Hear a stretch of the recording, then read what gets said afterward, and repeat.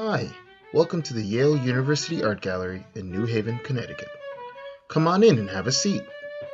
This is Stories in Art. Please feel free to pause the video whenever you'd like to get a closer look at the artwork. Enjoy! Hi, welcome to Stories in Art. My name is Aman, and today I will be telling you the story of the girl who hated sewing. This story was adapted from a Grimm's fairy tale called The Three Spinning Fairies. Today we'll also be looking at two paintings by Edouard Vuillard, a French painter. The first painting is called The Thread. The second painting is called Interior. Take a close look at each one. What do you notice about the people?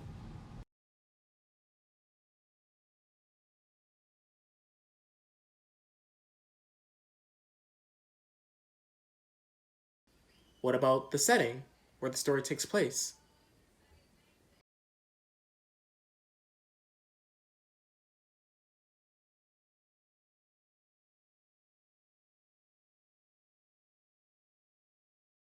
You can keep looking at the paintings as you listen to the story and see what else you notice. Once, there was a girl who hated sewing. In fact, she hated all kinds of housework and never helped her parents. But her absolute least favorite chore was sewing.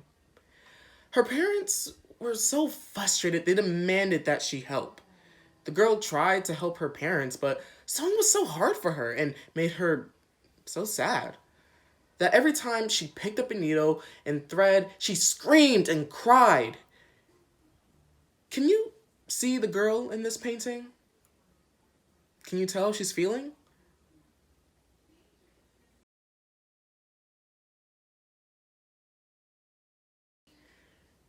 At just that moment, the queen was driving by and heard the girl's terrible, angry screams. She went into the house and asked the mother what was wrong. The mother, too embarrassed to admit how much her daughter hated sewing, lied to the queen. "Oh, my poor, sweet daughter worked so hard. She loves sewing so much that I can't convince her to give it up. She screams when she has to stop." The queen was thrilled. She loved sewing and having beautiful clothing, so she invited the girl to the castle. She brought the girl to her sewing room filled from floor to ceiling with the most beautiful fabric and thread. "Sew all of this for me," she said to the girl, "and I will let you become the next queen. If you really are so hard-working, you certainly deserve it." Can you see the pile of fabric in the sewing room?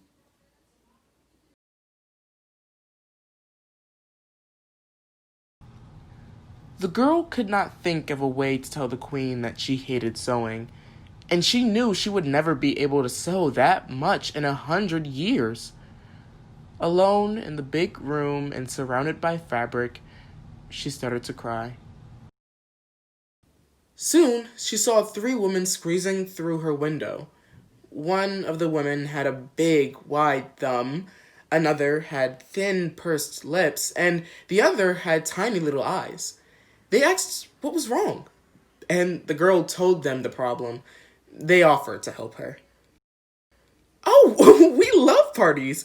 If you will invite us to your coronation and let us sit at your table, we will sew all of this for you in no time."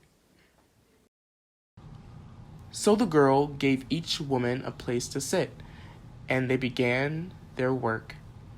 The first woman, with her big thumb, drew the pattern and used scissors to cut out the fabric.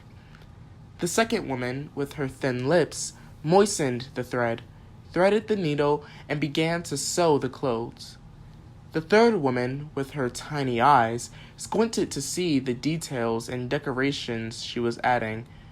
Before long, all of the queen's clothing was finished, and the queen happily planned the coronation. Even though the girl still did not love sewing, watching the three women made her realize she did enjoy part of the work, designing patterns for clothes.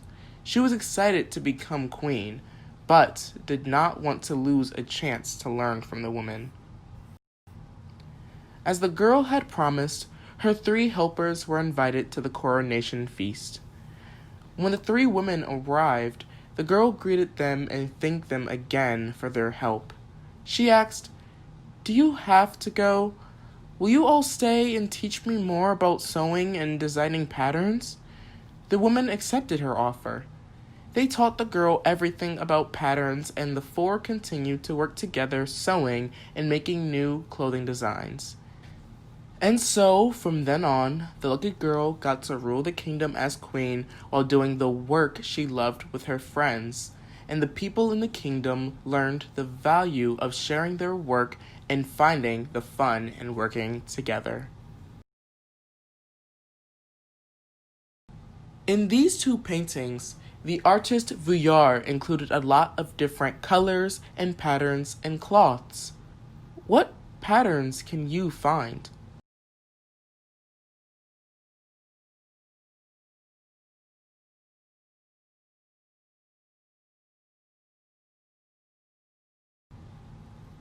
I noticed the purple cloth that's sitting on the table in the thread.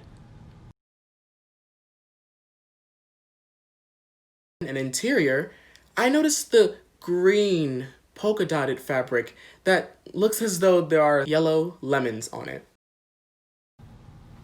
Now, if you had to sew your own clothing, what would it look like?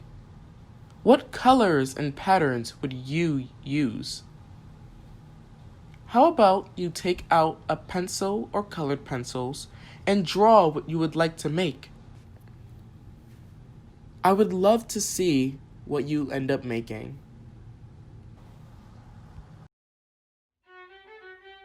Thank you for joining us for Stories in Art at the Yale University Art Gallery.